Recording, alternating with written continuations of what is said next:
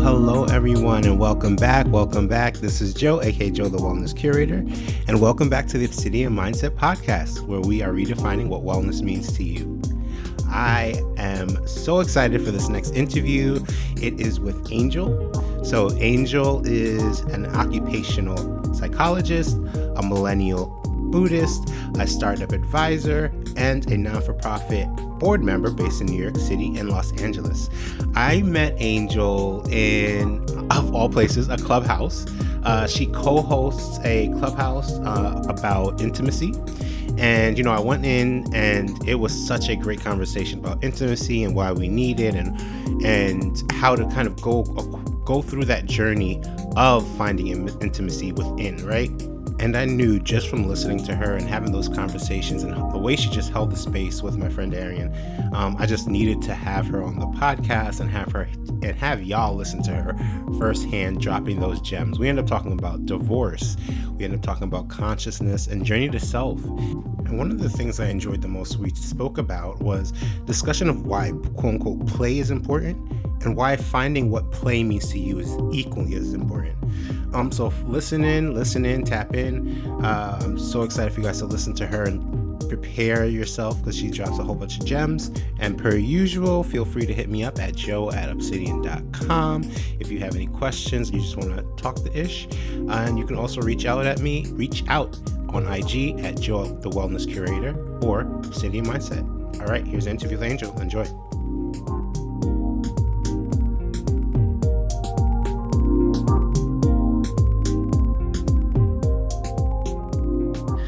All right, everyone. Thank you. I would like to first bring up, I'm excited to have this interview with Angel. Hey, how you doing? I'm doing well. How are you? I'm doing well. I'm so excited to have you on. And let's just jump right into it and let's talk about wellness and what that means to you. You ready? Mm-hmm. But actually, so my first question to you is just tell me about your wellness story or journey in whatever way that rings true to you. Mm-hmm. Wait, hold on. I do have a question. Do you prefer Joe or Joseph? Joe. Joe. Okay. Yeah. Hi, Joe. Well, I'll take either or, but Joseph feels like I'm in trouble, so I usually go with Joe. Okay, Joe. I like that. What does wellness mean to me? And also, where did it start? How did it start? That's an interesting question. I actually just had that kind of like reflection last night because I'm in Santa Fe, New Mexico right now. And I came to know this town through a former relationship. I was briefly married to someone in my mid-20s. And as I was like recalling like all those times I've been to Santa Fe with my ex-husband, I also remember that at that point in my life, I had no idea of who I was, like so much so that I didn't even know what I wanted, what I desired for, what I needed, what my boundaries are. And I was living my life almost as if I was like a puppet. And there were my families and my cultures and my social circles and expectations for my gender, for my race and so on to kind of like tell me who I am. And I kind of lived my whole life in that way of like, okay, I wasn't able to speak on behalf of myself. So the easier way to go is just to let other people tell me who I am and let them decide what I'm going to do with my life. And the only thing I kind of knew I had to do was that I had to achieve. And by achievement, I mean, like, for me, growing up will be like achieving academically, later on after school will be achieving professionally, and then also like, having a family, like the white picket fence dream. And I was doing all of that. I achieved all of those things. I was told that happiness would come after I succeed.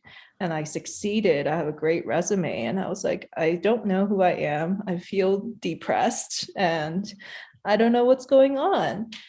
It felt as if I was building a house on stilts and there was a tsunami or like a hurricane that came and just like completely demolished the house. And when I had that realization, I got a divorce, and I started a journey of like diving into the study of consciousness. It started as a very nerdy pursuit. I was in grad school. I was surrounded by people with similar interests. And a friend of mine asked me how I identified myself, like, who do I think I was? And I was like, I am my thoughts.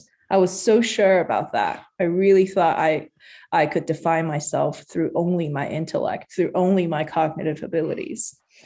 And obviously I was wrong. And I went into just like reading a lot, like from an interdisciplinary approach of what consciousness was, and realized that, first of all, nobody had a clear understanding or definition of what the mind is. And I thought that was interesting. As an organizational psychologist, I really want to know what the mind is. Mm-hmm. And I realized there were through across these different schools of thought, there are themes that emerged, right? Like the lack of a solid self, or the constant flux, how everything is in flux all the time, right? Nothing is permanent. Everything is changing, moving all the time, and stuff like that. And then like I realized everybody who has something right to say about consciousness talks about meditation. And so I picked up meditation to check out what it's about.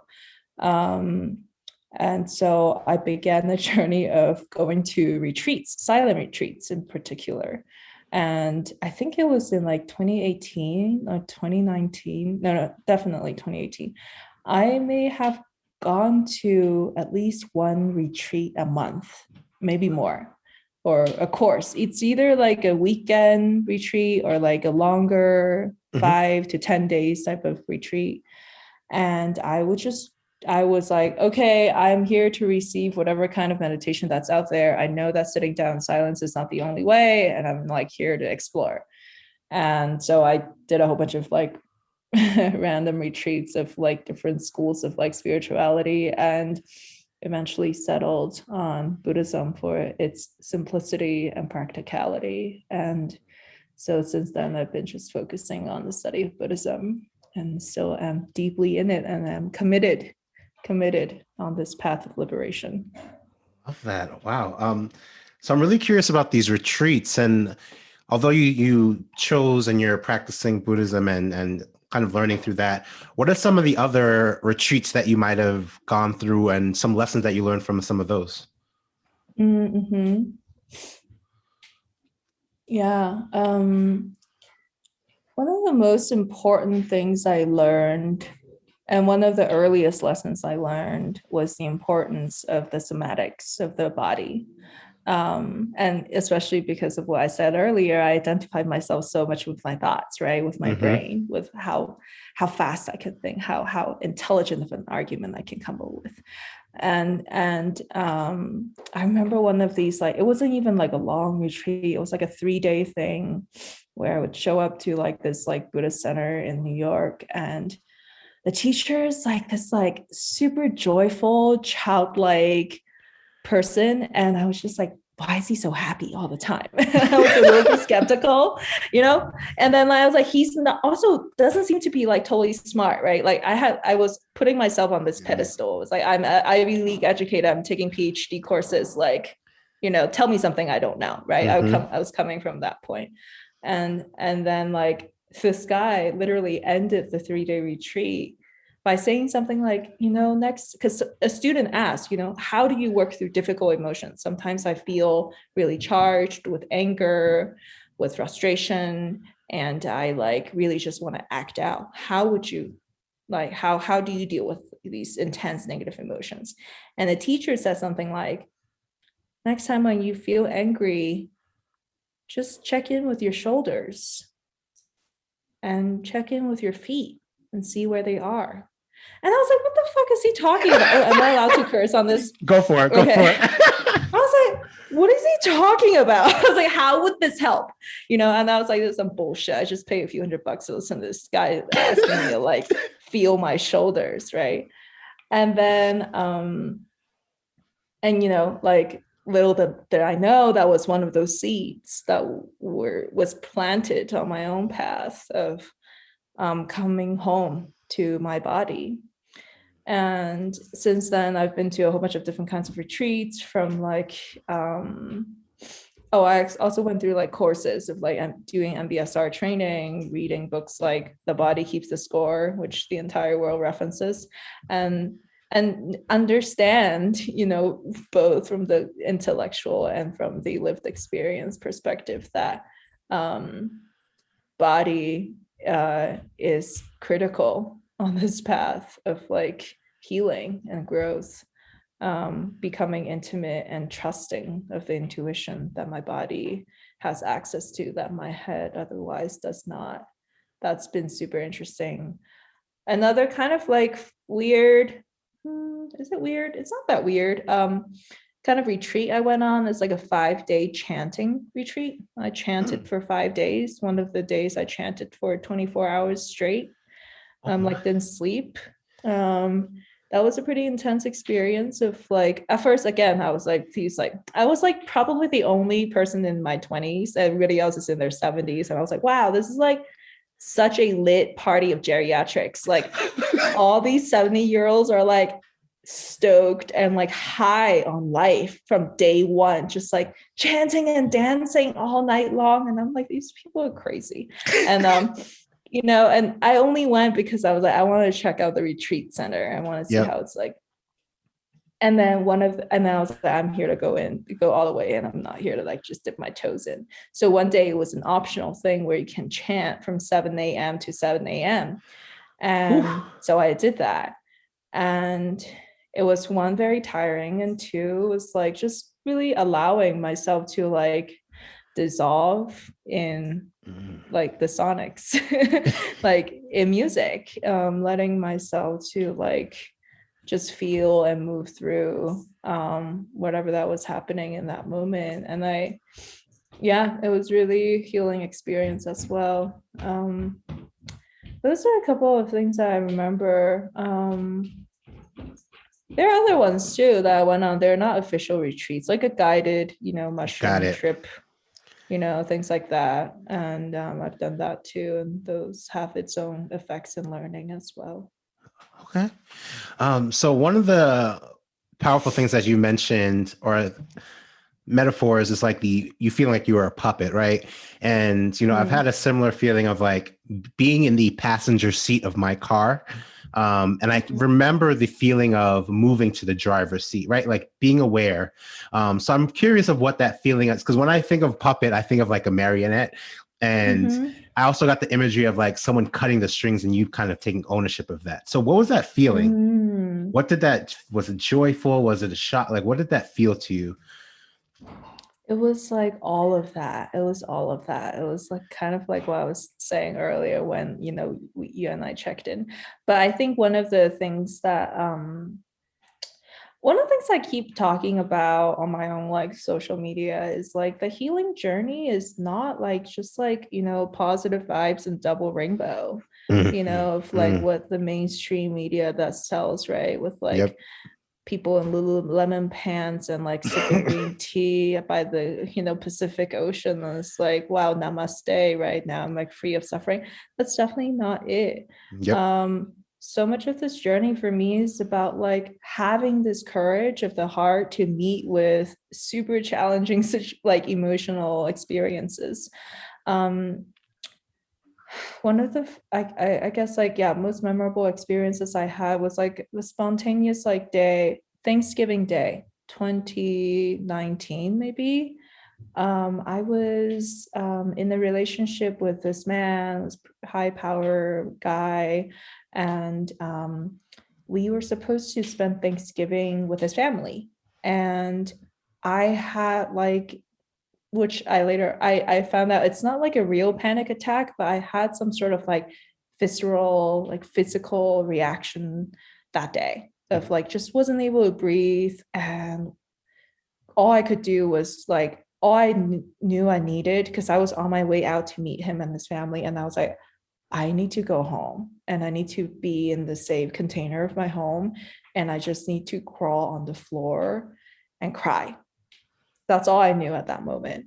And what followed was like 4 or 5 hours of like straight wailing. No idea what happened. There was nothing intense or serious that happened that led up to that day. Mm-hmm. I could not pinpoint what was happening. But I just had this like visceral response in my body that's like, I'm breaking down. I'm literally shaking everything down. And I cried for like 5 hours, and then I took a bath. I took care of my body. I like made myself a little bit of food. I stay hydrated, simple things. And what I realized, like, that was one of those episodes. And since then I've had different episodes like that. And I like every time that happens, it becomes a little bit more clear about what the body is doing, and less so like, oh, I'm out of control. And it was a whole process of just like surrender, allow, just like stay, and like know that it's okay. Know that like these emotions are not scary. They just needed to be surfaced and bubbled up and like metabolized. That's literally my body digesting all of these years and all of these like different lifetimes of like embedded trauma, like sorrow, suffering, and so on. Thank you for that. To switch gears a little bit, I'm reading My Body Is Not an Apology," and one quote that she Me says, too. "You're reading it?" Yes. Yes. And Yes, such a good book. it's such a good book. And Love it. one of the things I want to discuss is Taylor discusses intersections of identity, right? And she's saying we all live in multiple intersections of identity. So I just want to know, like, what do you consider your different intersections of identity, and how does that affect your wellness or plays into this world which affects your wellness? I am a Chinese American immigrant who is also queer, and my pronouns are she and they. I feel like that's kind of like, if I were to like give the most basic introduction of myself, that would Mm-hmm. be it.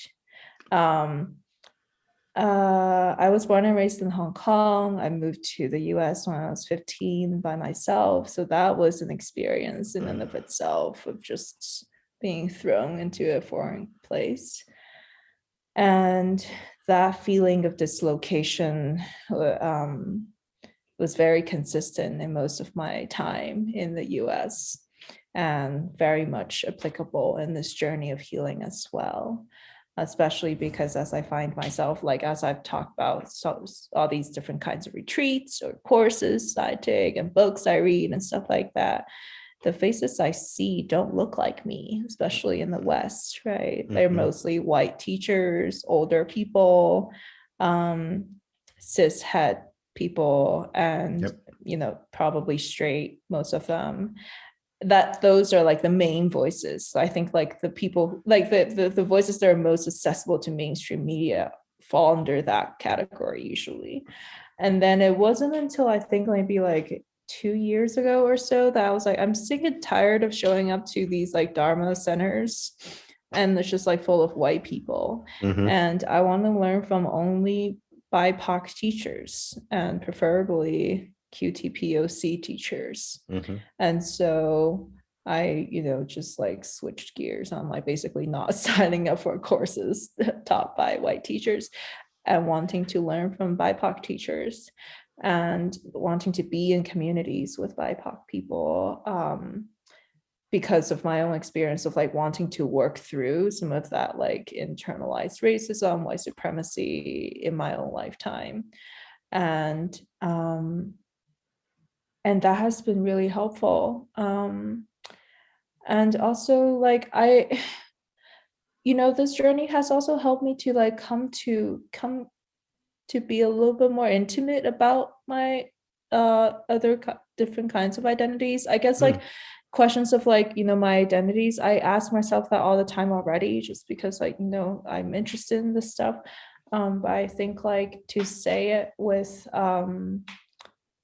this certainty and like confidence and openness to receive whatever reaction or judgment one may cast because of these identity labels I have just named, is definitely one of the byproduct of, you know, the journey of like coming home to myself.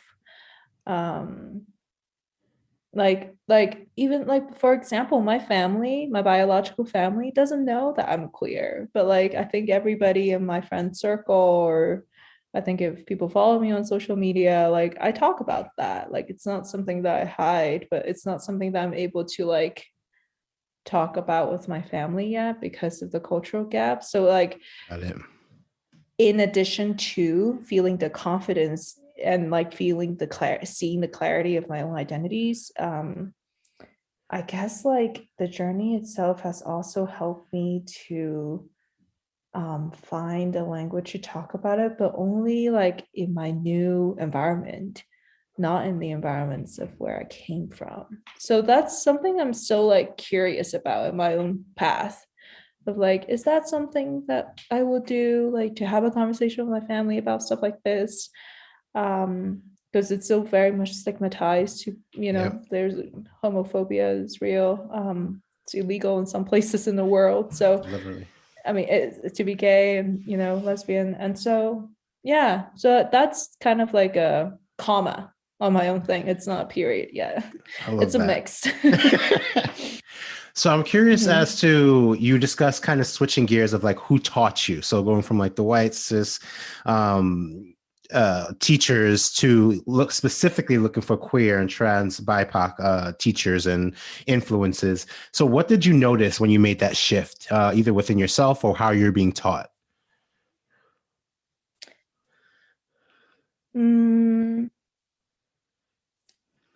I felt one, it's because what I also want to say, I went in there with an intention and with a purpose, right? Like Yes. the shift of like looking for different communities and teachers. And so I say that because like that will prime my experience in a certain way. Very true. So I'm not saying that like, oh, it's all about Mhm. basically it's an interaction of me and like the reality or the environments I live in. And I don't, yeah, I feel like I've learned a lot and I've gotten a lot of like, um, I've gotten a lot of care and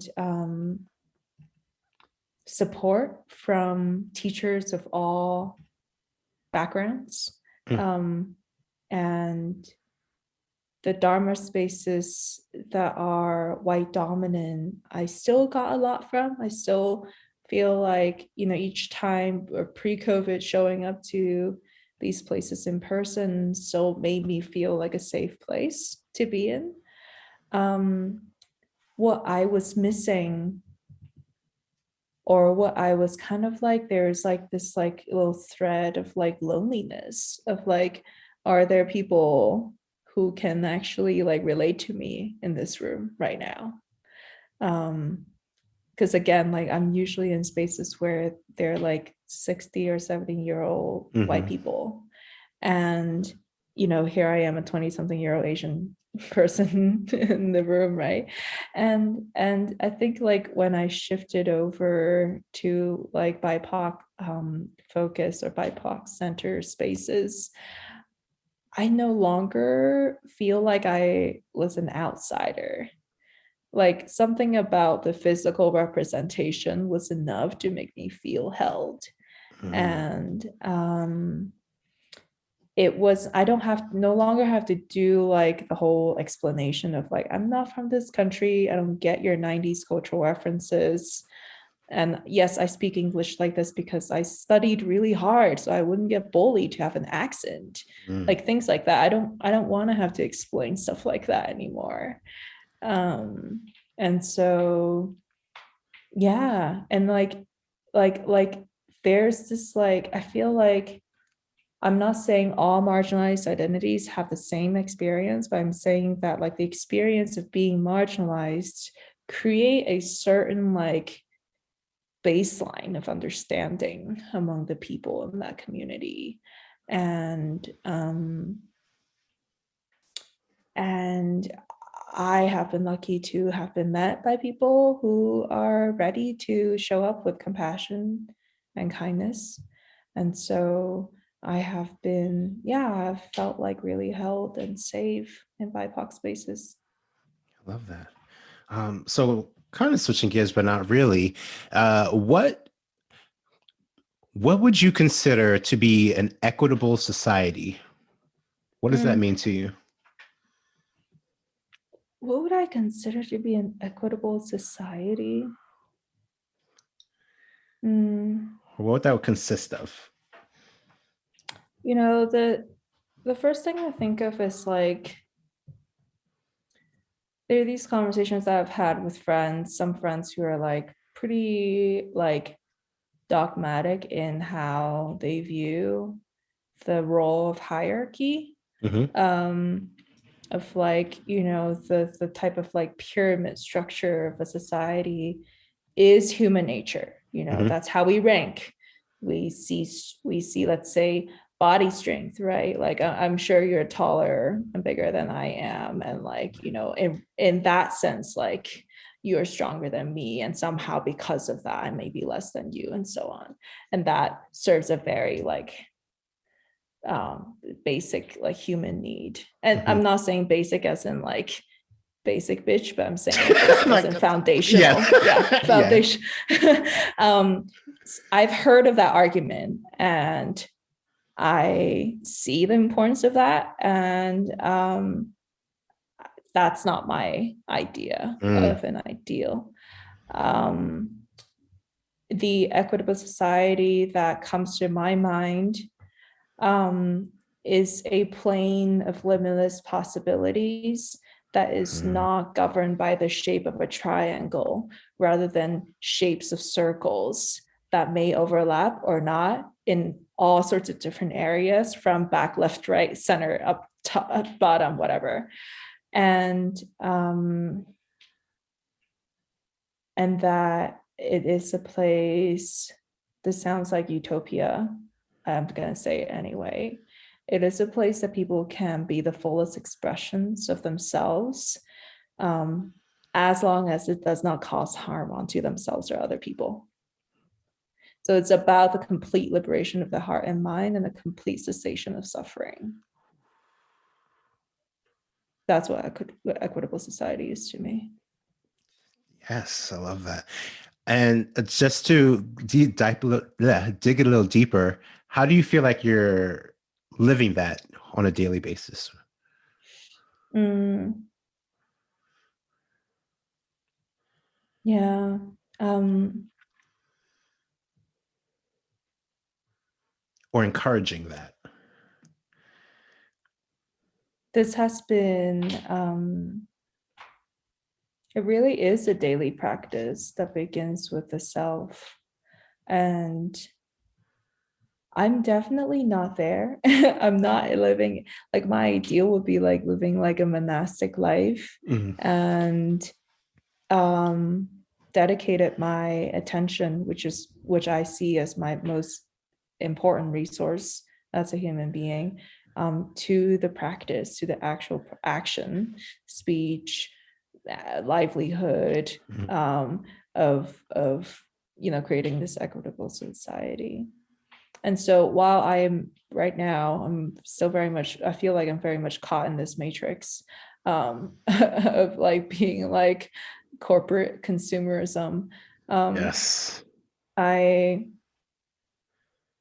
I try my best, and I also like hear so often voices of like judgment of like, maybe I'm not meditating enough. Like today, I didn't work out yet. I didn't meditate.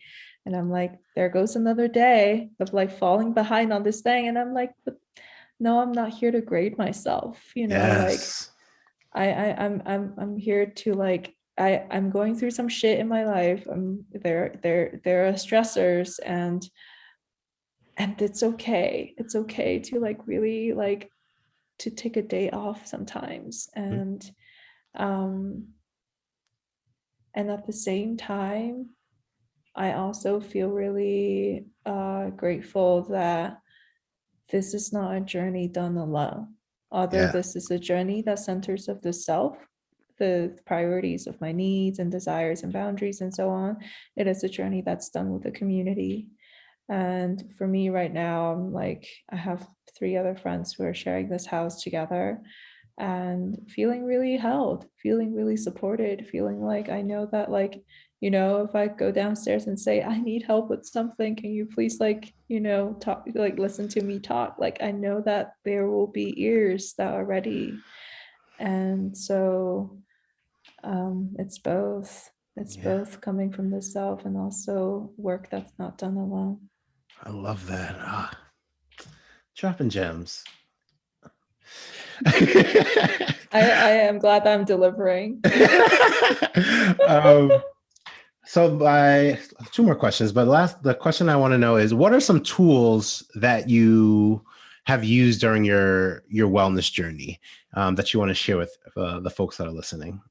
Some Tools. Tools in your toolbox. So many tools. Having a consistent routine in the morning really helps.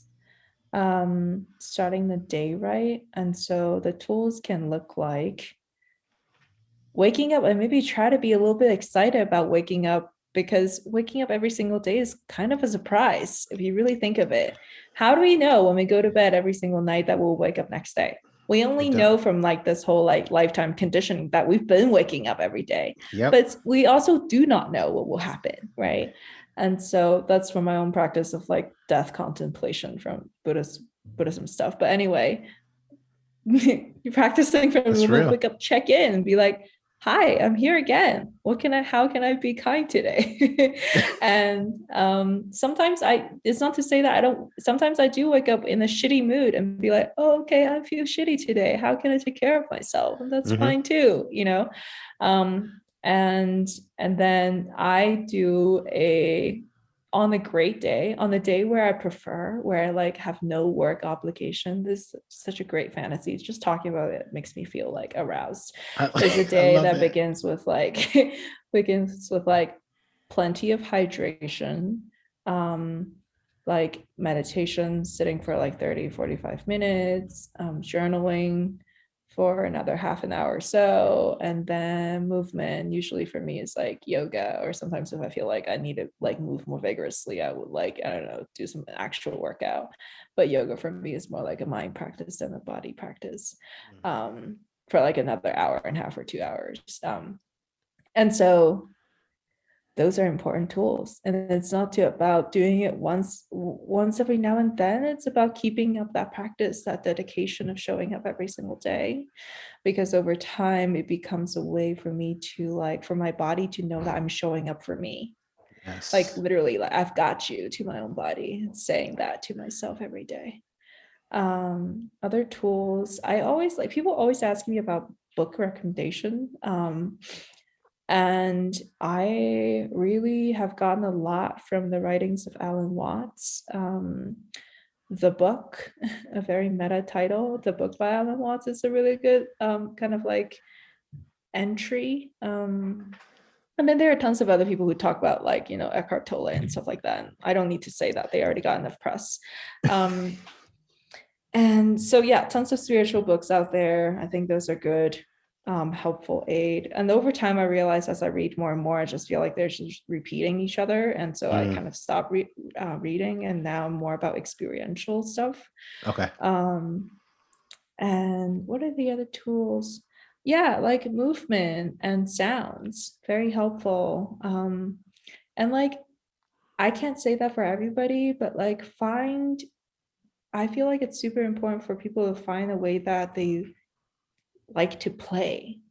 Yes. And play is so important. And like, I forget about play all the time. I'm one of these crazy people who like, work in New York and just like work too much and always misidentify myself by my level of productivity. Right. And like, yeah, the other day my friend was here and then she's like, you know what, do you want to dance? I was like, yes. And then like, we were literally in the backyard dancing, and we're laughing at our feelings, we're crying at our feelings, we're like moving in all sorts of like weird ways to imagine if there's a massage ball in our body and like having to move through it.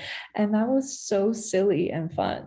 And like, that totally shook me out of this funk that I was in for a little bit. That's amazing. And yeah, that was play. And I'm like, yeah. And I remember like when I was living in New York, like I have like all these like different random small like musical instruments for me to play in.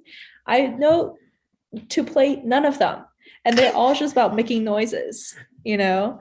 And like, so I'm like, that's my way to play. Or like, I just like do silly movements. I just posted a picture of me sitting on the couch, but not really sitting. Apparently, I sit on the couch in a starfish like. What's that? What is that? I literally just spread out my legs and my arms across the couch. And, and like, like doing things like that, like let yourself be a little silly. I love that. I've really enjoyed that part. And also obviously it's not exhaustive. Oh, one more thing though, I really haven't been doing enough.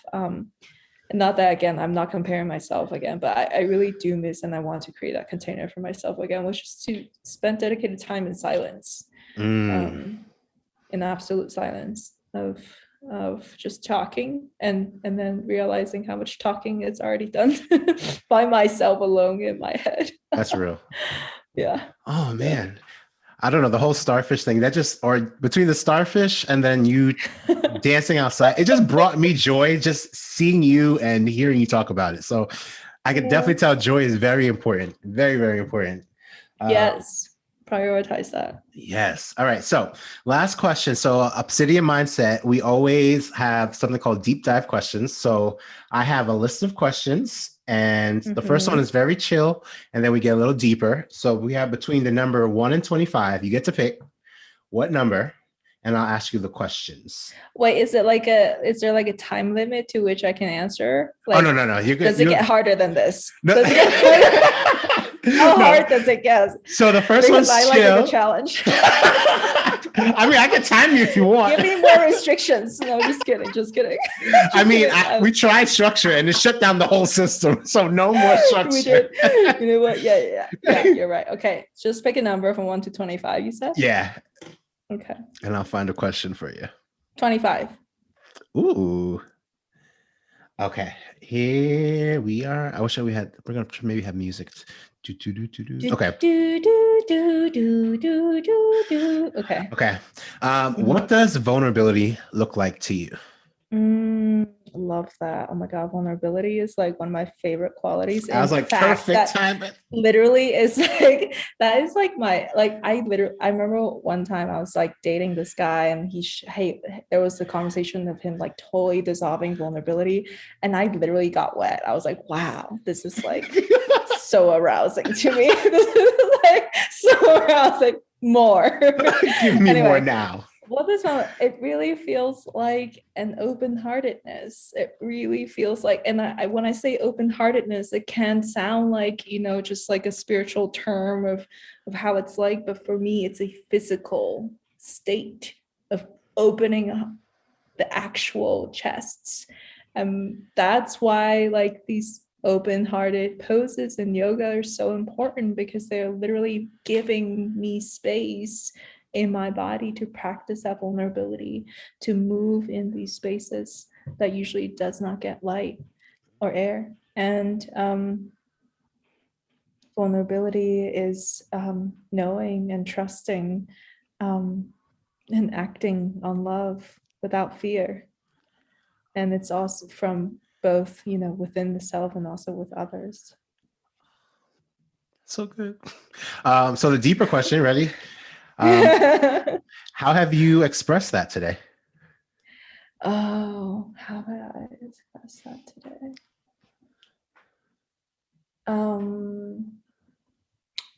Actually, this morning, I started the morning with mapping, like doing kind of like a mind map of my life of this year. I mean, we're already in like spring, but I usually do some sort of like annual review or setting intention situation. Right now, I'm in the phase of like meeting with a lot of big transitions in my life. And so I felt at once like so open with any possibility that can happen in my life, and also like a little bit like disoriented by so many different kinds of possibilities. And so I actually just wrote this thing where I wrote down like, how will my relationships look like? How will I prioritize me? How will my work look like, given that all coming from the central like vision or motivation of awakening? And so being vulnerable with myself about, what I want and what I don't want, and writing that down. And like I'm gonna share that with some of my friends to like, you know, get feedback, and that will be another, test of vulnerability too. Yes, everyday practice. Once again, everyday practice. Mm-hmm. I appreciate that you asked me that question though. No To like problem. kind of remind me on these like small wins, which I didn't really, I totally forgot. That was like, 8 hours ago I did that. So No problem. I think with that, this has been an amazing experience. Is there any like tips or affirmations or anything you want to share with the folks listening before we wrap up? this is the vision that I have for my own life, and the vision, I'm not saying like an actual like vision, but more like or company's vision and mission statement.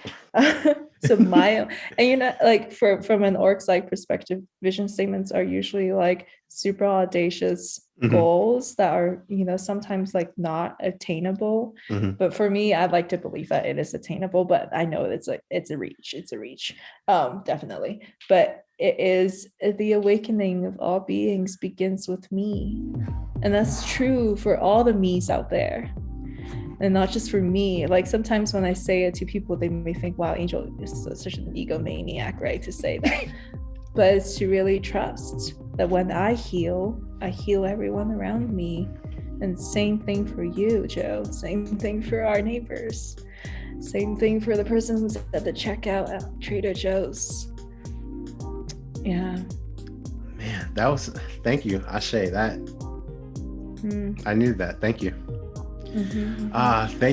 Thank you, Angel, for being on with me. Having this conversation was much needed. It was the perfect on-time conversation.